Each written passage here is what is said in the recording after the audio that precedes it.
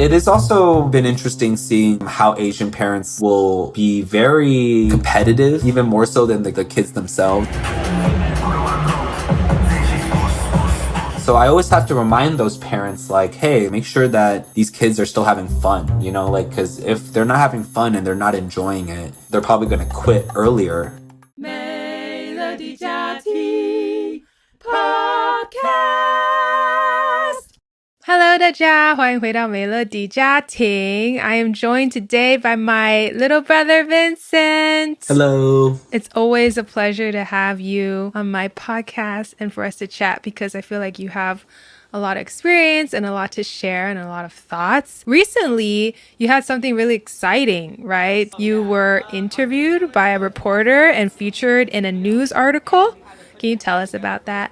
Recently, my studio called 85 Fun in Cupertino, they were invited to perform at the halftime show during the NBA game between the Warriors versus, I think it's the Suns, Arizona. And then afterwards, I was interviewed by 2 different reporters and I got to be featured in one of the Chinese articles online. We've been training them to really perform and project to the crowd because since it's such a big stadium, we told them to dance for the people all the way in the back.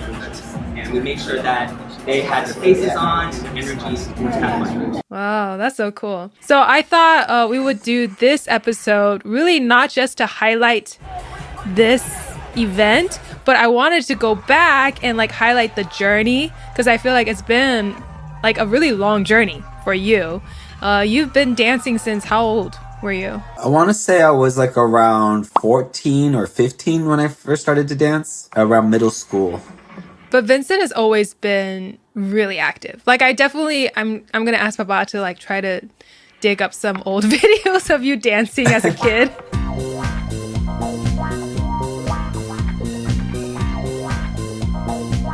You've just always been a dancer. It's always been in your blood. When did you know that this was what you wanted to do, though? Honestly, it was never really a direct plan.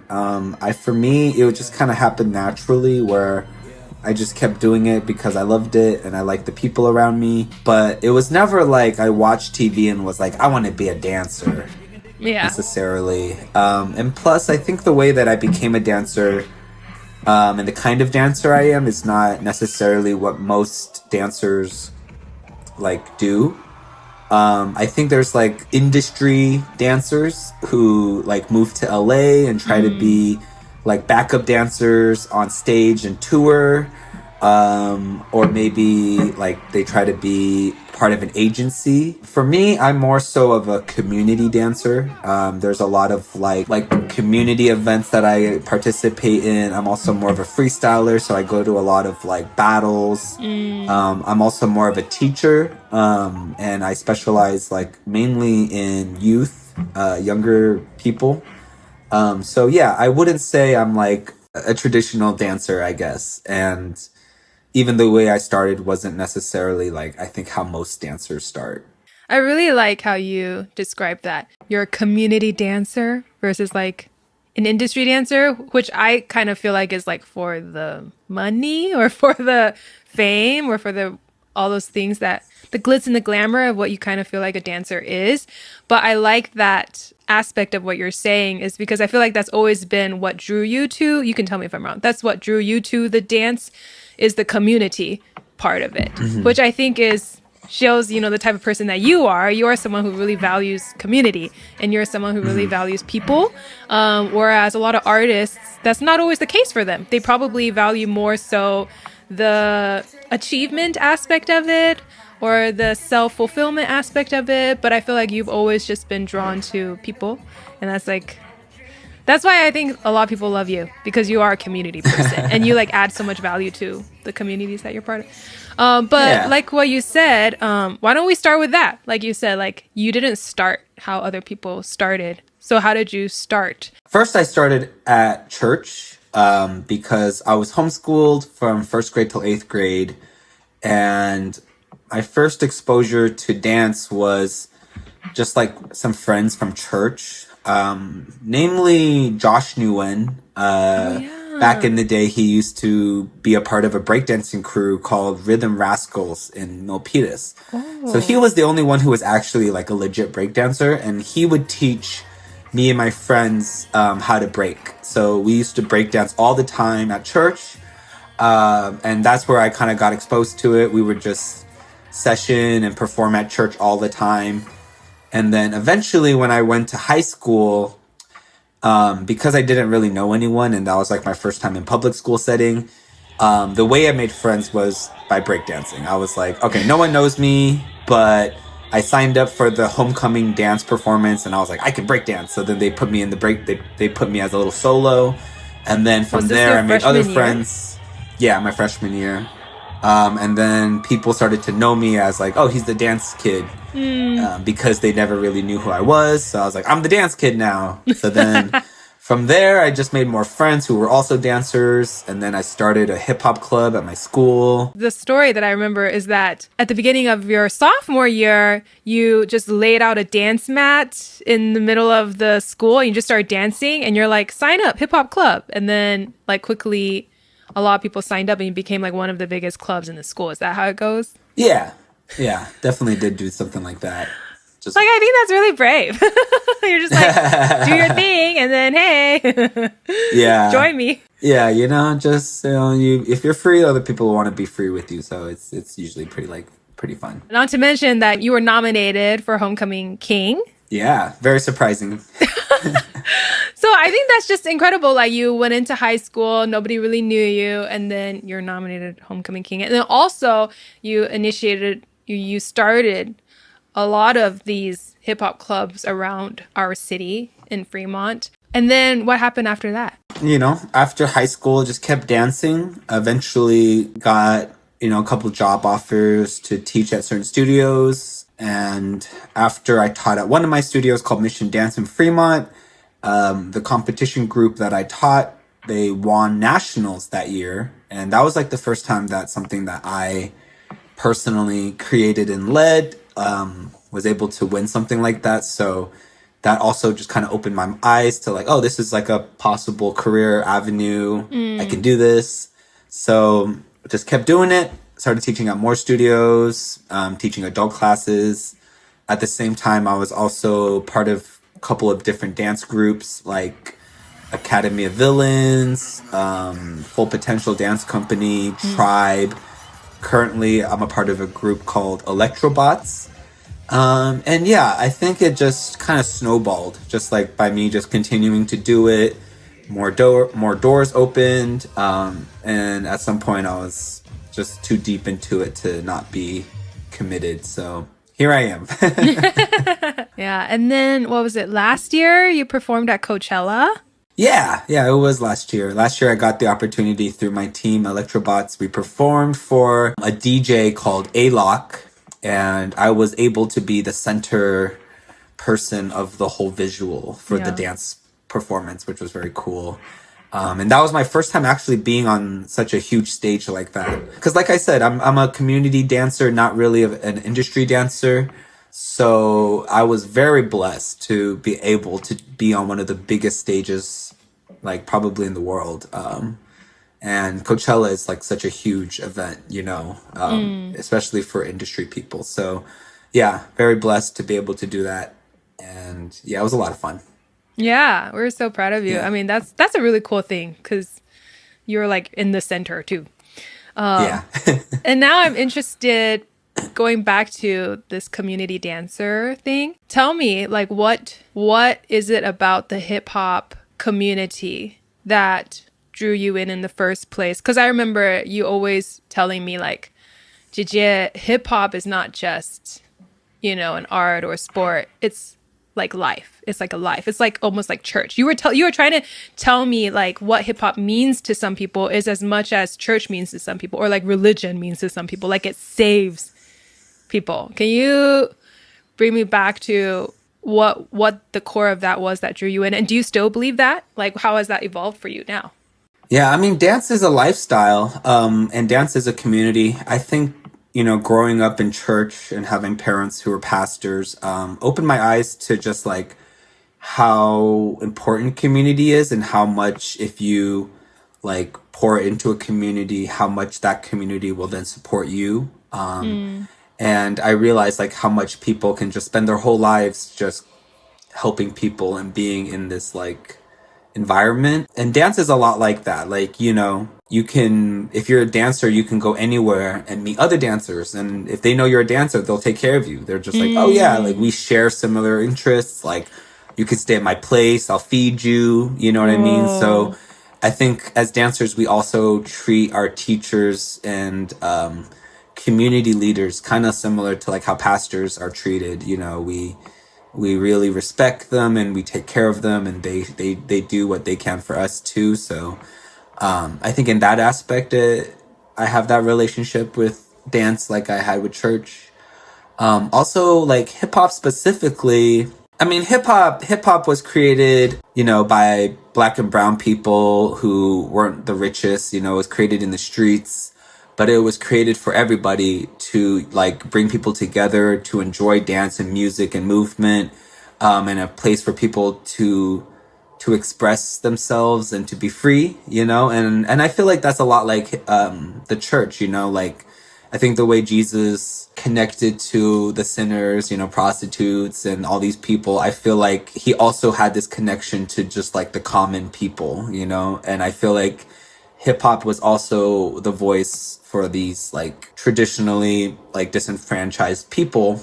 And it is also a place for people to, I mean, it's like the hip hop notion is like the rose that comes from the concrete. You know what I mean? It's Mm. like the analogy of hip hop oftentimes is like beauty through pain. You know, I think Mm. like black people, you know, they go through so much. They've like, you know, slavery, oppression, discrimination, police brutality, all of these factors that are horrible also were the source of strength, I think, that these people pulled from to create art with.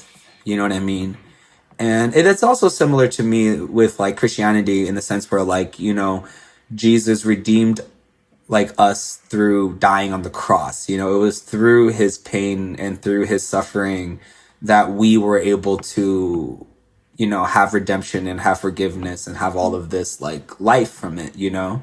So I Right. feel like hip hop does something very similar where like you can listen to a track and, you know, all of this like life that's coming from this person, it can also affect you. I know a lot of hip hop also like, you know, glorifies like money, sex, and drugs and violence, you know, but that is just like kind of the reality where a lot of these people come from. But it is also the source of like helping people get out of those things. You know, it like brings Mm. consciousness to these areas of life. Mm. And people who truly like understand hip hop and truly like go into it know that like there is such a transformative power in hip hop. You know, there's a lot of stories about like, you know, rappers or dancers or artists who are hip hop who, you know, grew up in the streets, grew up in gangs and be, you know, criminal lifestyles, but through hip hop and through art were able to get out of it, you know, and able to, you know, find a more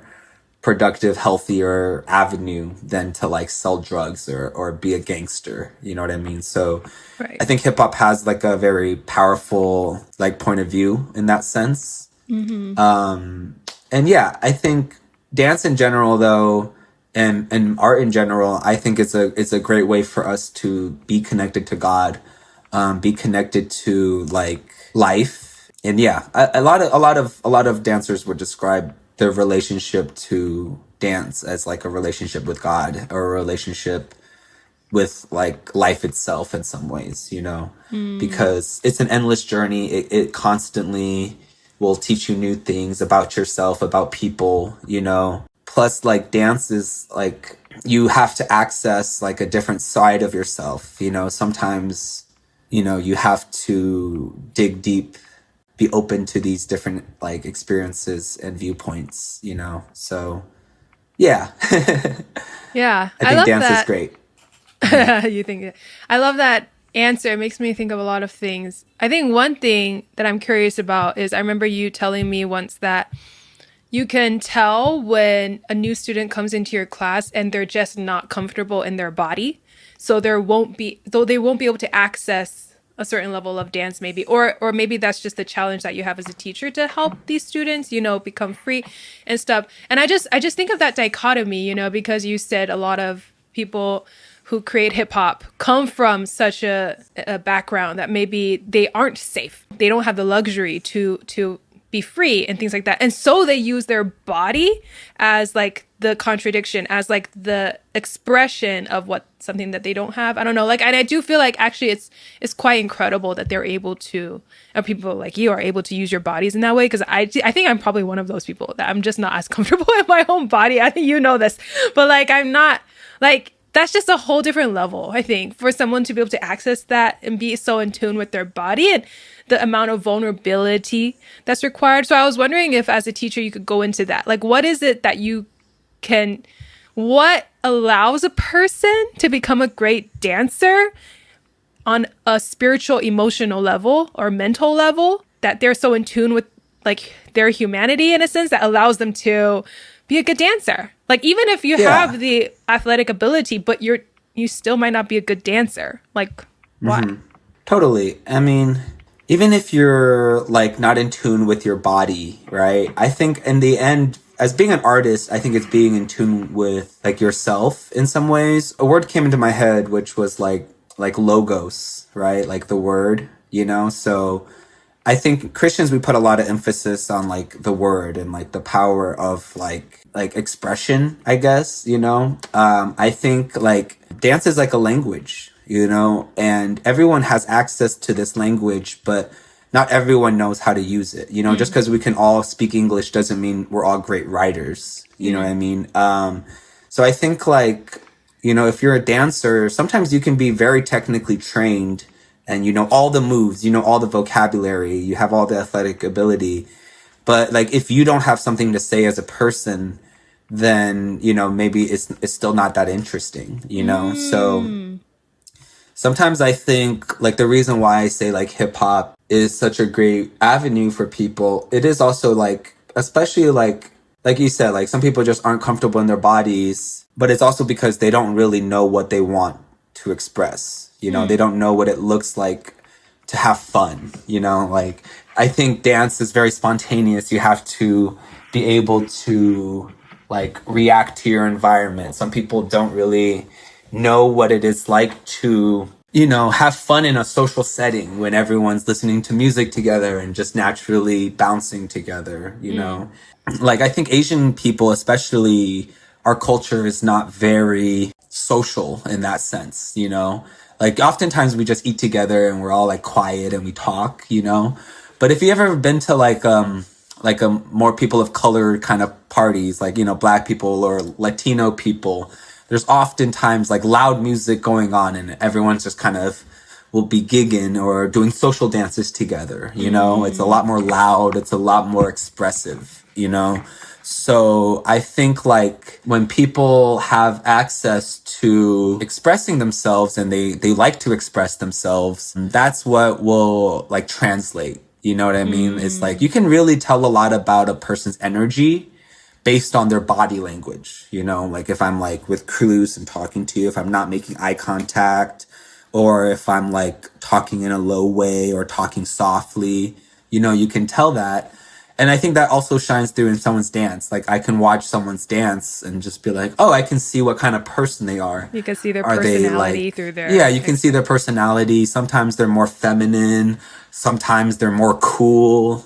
Sometimes they're like, they like to dance to sad stuff. You can just kind of see where they're at as a person. Yeah, like it's all about expression and language. I think when I teach some people how to dance, I'm trying to tell them it's like mannerisms. Like, when you talk with your hands, you can be way more expressive, if I'm like using this and using that, these hand gestures, And sometimes when I teach dance, it's like, you can just think of like talking without using your mouth, like what are you using your body and like what am I doing? What am I feeling? So of course everyone, like you can train into getting more comfortable in your body, but at the end of the day, it's like really a comfortability with yourself I don't think everyone dances differently. Everyone moves differently. Everyone listens to music differently. And a big part of becoming a better dancer is just like being more in tune with who you are and what you like, you know? It's not about moving the same way. It's more about moving how you want to move, you know? So yeah, I think it's just kind of more of like dance is kind of a journey to understanding yourself more, understanding what you like to do, like and doing that. Yeah. Yeah. So are you a big advocate for sending your kids to dance classes? Yeah, for sure. For sure. I think dance is a great place for kids to one like make friends, to learn about culture, learn about other people's cultures. If you become a dancer, you're because it's working with people, it's working with music. You automatically have much more like empathy and connections to different kinds of people and different kinds of music and different kinds of opinions. I think dance is also a great way for you to, of course, like be healthier, you know, to learn how to stretch, to work on your mobility. But yeah, I think the best thing about dance is just like how it's both like physical and still like art in the same way. You know, I think the physicality of it all is very unique, and yeah, the expression and things like that. Yeah, I really like what you said earlier about I feel like there's like two parts. One part is getting comfortable in your body, but then the next part, the more advanced part, is having something to say. Because you could be really athletic and have all the technicals down, but if you don't have anything to say, it's still not interesting. I like what you said about that, which is very similar to like music or singing. It's like some of the best singers or like the singers that touch your heart are not the most technically good singers, but because they have something to say. And then I also thought it was interesting, you know, how you said that it's a language. Dance is a language, and sometimes you just don't know how to use it. And I think some cultures do use dance more as a language than other cultures. Like I think in Chinese culture, you're right. I don't feel like dance is as big of a thing in like day to day life, but in other like Latino cultures or like Black culture, it's like an actual like thing. People are very physical, like in general. So now I kind of want to like ask you about what it has been like being an Asian in this community. Although we know, you know, like K-pop and all this stuff is like so big now. So there's definitely like this merge of Asian culture and hip hop recently.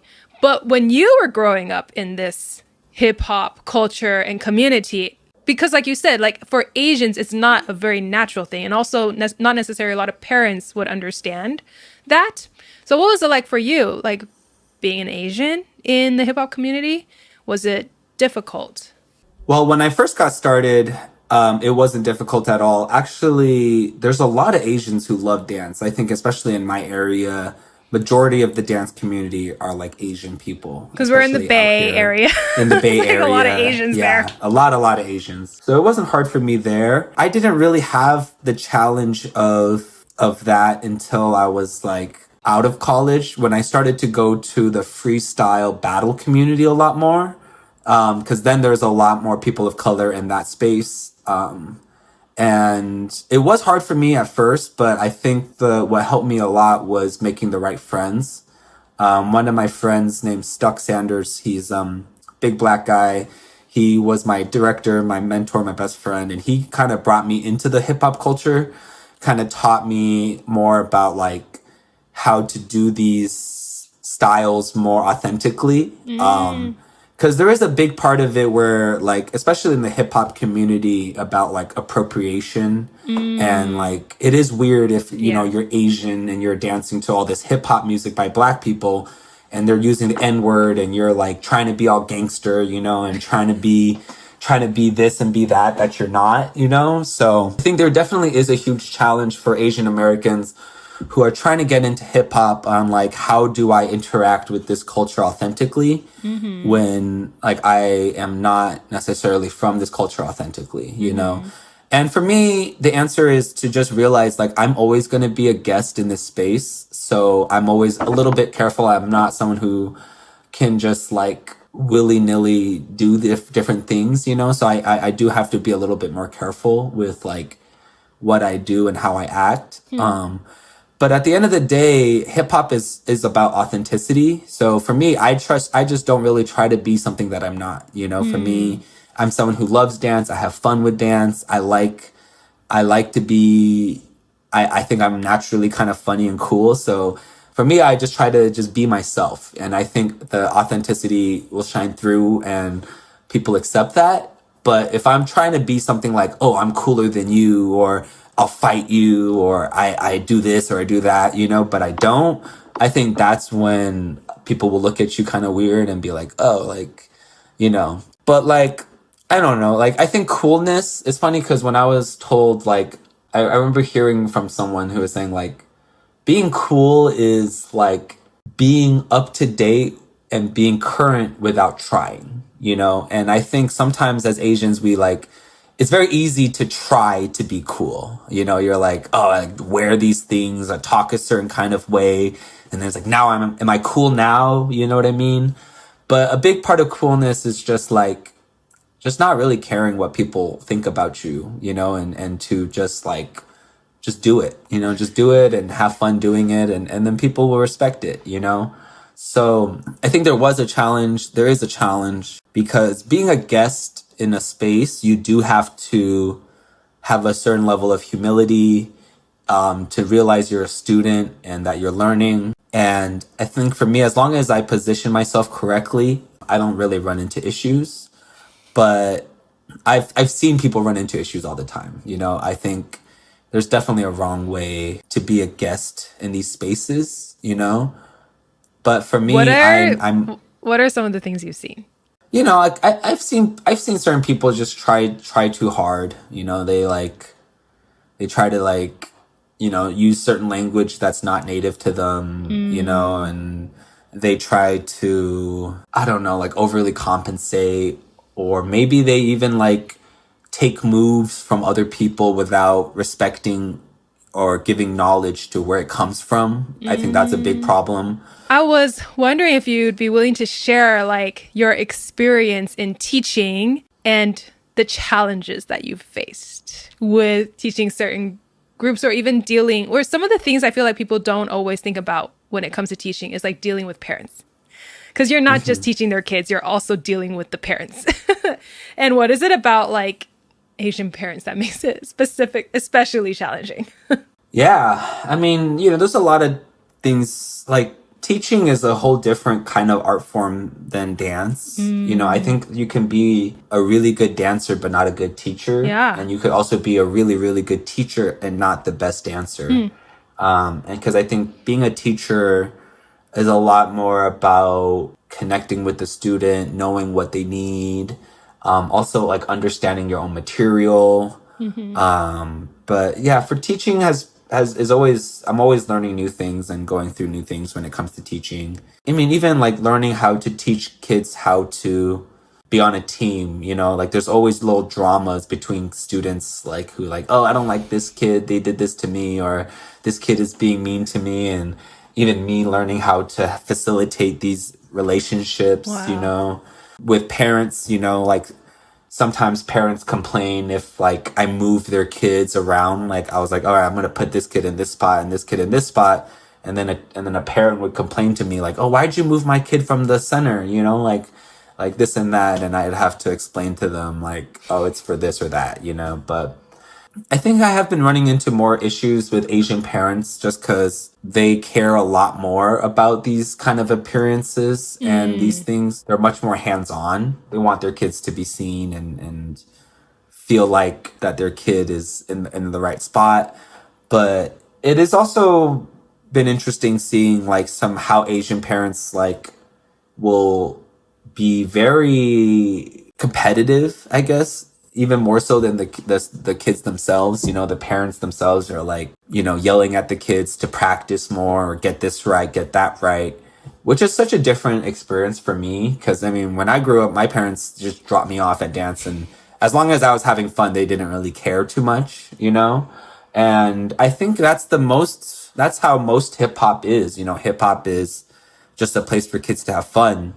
But more lately, I think watching how some of my younger Asian kids do, like these students go through it, it's much more almost like ballet, where their parents are much more like Tiger Mom. You know, Yeah. they need their kid to win. They need their kid to be the best. They want their kid to do this and that. So I always have to remind those parents, like, hey, like, make sure that these kids are still having fun, you know, like, because if they're not having fun and they're not enjoying it, they're probably going to quit earlier, you know, one. But two, it also will affect their self-esteem, affect, you know, their relationship with dance, you know. So for me, it's always important for dancers to be having fun, to like feel empowered by dance, and not let dance be something that like frustrates or even discourages them, you know? I think dance, you know, you have to have a healthy relationship with it, and you have to have a personal relationship with it. You know, if your relationship to dance is, oh, it's because my mom wants me to be a dancer, then it's probably going to fail. You know, it's just like a relationship with God. You know, if you only go to church because your parents are telling you to, and you're only reading the Bible and fasting because people are telling you to, then you're probably not doing it for the right reasons, and it's not healthy, you know? Wow. So I think it is important for kids to have a personal relationship with dance, to have a personal connection to the art form, and for them to like discover that for themselves, because that's how you become an artist. It's not through just like training and practicing over and over again, but it's more of like the lifestyle and the healthier things. That was a pretty good analogy, like to the relationship with God thing. I think it's also just interesting, isn't it? Like how Asian parents, or just Asian culture in general, because dance, or at least especially hip hop in its original context, was kind of an escape for people from, you know, their actual like system. It's like an escape from Yeah, the system. But you can always count on Asian parents to like make it part of the system again. You know what I mean? Or maybe totally, it's totally. like, you know, when you gentrify something, but it's like now it doesn't feel like an escape. It feels like I'm pressured to do this thing. It's like some people, they learn music because it's an escape, but then other people, you know, are pressured to learn music, and then they want to Yeah, escape from the music. They don't want to learn the piano anymore because they were forced to learn the piano or forced to yeah, go to hip hop dance class. Isn't that funny? But I just yeah. think it's like, it really is like a different culture thing, right? Like I was having this conversation with another person in a different episode, but how in America, I don't know if it's still that way compared to like way in the past, but a lot of things like music or sports and dance were part of schools, and it was just for kids to have fun and to play. Like, you know, the whole way the language is set up, like you play music, you play ball, like it's all play. But in Asian culture, these things are not so much play, it's like so serious. Like everything is so serious. I don't know like if there's any room for play. Like what have you learned being in dance that taught you the importance of play or the importance of having fun? I mean, it's definitely a balance. Play is definitely the center of a lot of things, you know, like there is always the spontaneous aspect of it that you need, and the flexibility and the imagination, you know, creativity. And it's funny because you can't necessarily like train yourself to be creative. You know, you can't really teach someone to have fun and to play. You know, it's something that has to happen like organically, you know. I think that's also why like a lot of Asian people gravitate towards choreography and like K-pop, where it's like something much more already created for them, and they just have to learn the steps and practice it. And it's much more rewarding for Asians, because it's like, oh yeah, I did it perfectly just like the choreographer asked me to, and that gives them that satisfaction. But then versus me playing a song and just be like, all right, move naturally to it, you know, do whatever you want. Like And then I think a lot freestyling. more, yeah, and I think a lot more Asians will run into a wall when it comes to that, because they don't really know how to just like be themselves. Yeah, like it depends on the environment. You know, I think like I always go back to it, but like, you know, like I think in Black communities, like even normal people who aren't dancers are better dancers Like I know a lot of like black people who aren't professional dancers, but they just like you when they hear the song, they just will naturally know how to groove to it and move to it because that's just like the environment they grew up in. They just naturally know how to bounce and rock and sway and move and step. And it's like that is where their relationship with it is. Like it's cultural, it's fun, it's social, you know. But then for Asians, it's like we only dance when it's like dance class time. We only dance when it's like we're told to dance, you know, and it's like, okay, now it's dance time. But and I think that's where they lose that like the natural spontaneous aspect of it, you know. Right. But I think for me, like being Asian, I went to a lot of like concerts and like raves and events with friends where like I learned it through these experiences where it's like, oh, like, you know, when you're in a party, naturally, like, what do you like to do? And I think the more you are in natural environments, like for me, sometimes if I don't feel good at dancing, sometimes I'll just go to a dance party or a concert because then in that environment, I'm just like, oh, I remember how fun it is to dance. Right. And then when I go back to the classroom setting, I usually try to like pull from those experiences inspirations to be like, oh yeah, like this is what it felt like when I was in that environment and I'm trying to recreate it in this setting, you know? And I feel like that's like the important part is like you can watch someone do the same move, but if their essence isn't correct, like if the person really isn't having fun or if the person doesn't really know like what they're supposed to be feeling while they're doing the movement, it just won't feel real, you know?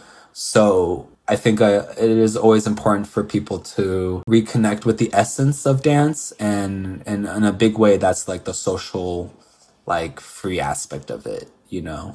Yeah, you said how it's hard to teach someone to be creative, but I like what you just said, like maybe go to a concert or go to a party. Like I feel like that helps is like one is setting aside time to do something just for yourself, like just for fun, just to inspire you, just for you to enjoy. Like yeah, and then you have to schedule that. But yeah, it is important like to prioritize that too, I think as artists. Is there anything about being a dancer, especially for your family, that you would like us to know that you think we probably don't know about your life, about being a dancer, or this journey that you've been on? I mean, I think you guys know a lot about my dance journey. I think one thing that dance does is like, I don't know, I guess dance has also been a great way for people to like have their own community and their own like chosen family, you know?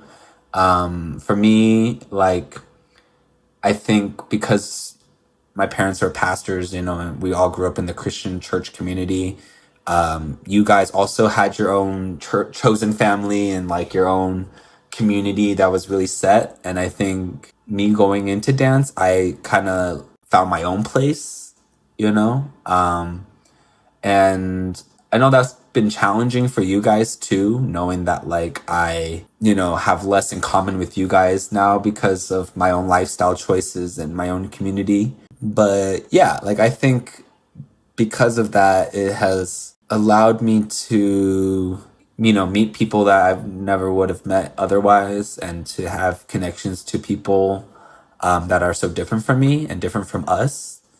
And yeah, I'm very grateful for it. I think even though we are, you know, living in these different worlds, I still feel like we are still very connected because, you know, we're still all helping people and we're still working to, you know, make the world a better place in some ways, and to bring life and to bring happiness to people. We're also Yeah. really glad that you're in this community because I think Mama and Papa often say is that you're able to reach the people that we would never be able to reach. Like the people Yeah. you get to meet and the people you know. Yeah. Yeah. So we're glad. Yeah. Thank you. But I'm grateful for you guys, and I'm grateful that, you know, Mama and Baba and you guys like allowed me to cultivate my own community, you know, in our space. Back when I used to host a lot of parties in our house, and I feel like because of your guys' like accepting, loving care, I was able to be free enough to help other people and to create space for them. So I know a lot of my friends are also very grateful for you guys Aw. because they always tell me like, oh, like, you know, back in the day, you know, not a lot of people would provide space for people to come and dance. So they were very impressed by you guys like allowing me to do that, and even the church like supporting me and letting me host events and things. So yeah, I'm very grateful for that experience. Yeah, you totally reminded me. That's a whole segment that we didn't cover. But basically, yeah, you used to have trap sessions in our garage, and all your friends would come over, and you guys would like dance till past midnight, and Baba Mama would just let you guys do your thing. And you guys also had a couple dance competitions at church before, which was really cool. And for some of the kids, it was their first time ever going to a church, even if it wasn't for a service, but just being there at the venue. So I think, Vincent, you were definitely a pioneer in this area, especially for our family and for our church too. I think the way that you were able to reach that community and bring people in, and also because of your love for the art, your love for dance, I think that really sets you apart as a person. I think that's why people love you, because they also just trust your heart. Yeah, it's always just fun talking about dance with you, hearing you talk about dance. Thank you, Jia. I like talking to you about it too. All right, 谢谢大家. Thanks everyone for listening. Hope you enjoyed this conversation. And yeah, leave a comment. And Vincent, you will let people know where to find you if they're interested in taking a dance class with you or just following your dance journey. Follow me on Instagram, Vincent Hwang, and come learn from me in Cupertino, 85 Fun, or in San Francisco at Spark of Creation. Thanks, Vin. Bye, Bye, Daja. love you. Bye-bye.